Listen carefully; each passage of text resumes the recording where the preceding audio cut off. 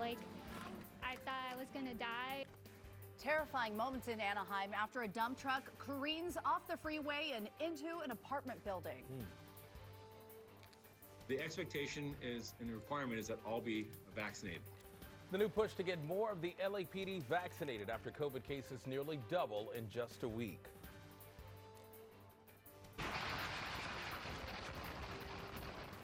And thousands of firefighters are working to box in the Caldor fire as it advances toward Lake Tahoe.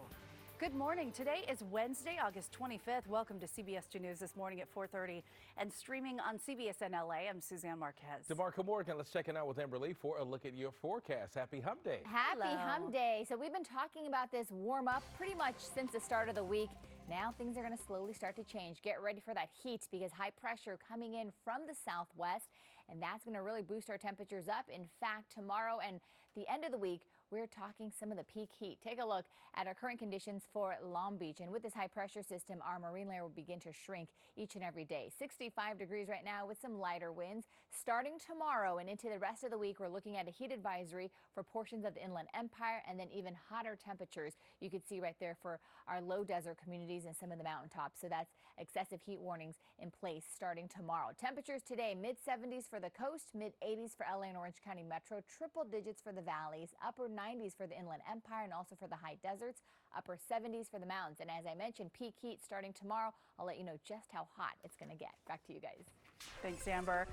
Now let's take a look at your time saver traffic. A live look from Mobile 2 this morning at the scene of a water main break. This is in Sherman Oaks at the intersection of Woodman and Riverside. Our videographer Sparkle Day is bringing us these images. You can see crews working out there. It's forced closures for at least a block in every direction. And the scene is also really close to Notre Dame High School, so it could impact drop-off traffic this morning as crews try and get the water shut off this morning and all clean and completely cleaned up. Senor, you okay? Hey, buddy! Hey, buddy! He was in shock. He was just sitting there blinking, had blood running down his face. The investigation into a deadly dump truck crash in Anaheim continues this morning.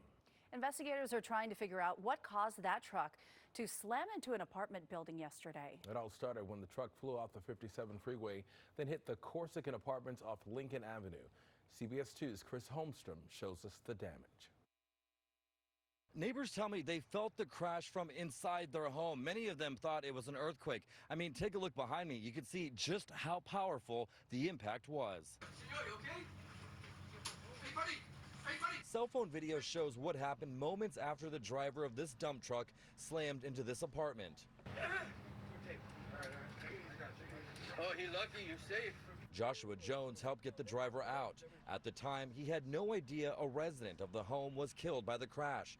He describes the scary ordeal. He was in shock. He was just sitting there blinking, had blood running down his face, and we reached in and his legs were intact. Everything was perfectly fine. Like it was just came down on his right side. Authorities say the driver of the truck slammed into a driver on this off-ramp and then careened off the freeway, hitting two more vehicles. Edgar Lua was in one of those cars. It was just a big impact. It pushed us a little bit to the side. We almost lost control, but thankfully Christina, she was able to hold on tight. Officers say the truck then crashed through this carport before hitting two different apartment buildings.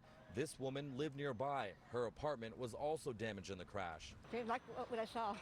I was scared when I saw today. It was like a nightmare for me. Authorities say the driver of the truck was taken to the hospital and is being interviewed. Among the questions that authorities need answered is why he didn't stop, was he under the influence, or was there a medical emergency? And authorities have not released the name of the victim. We do know two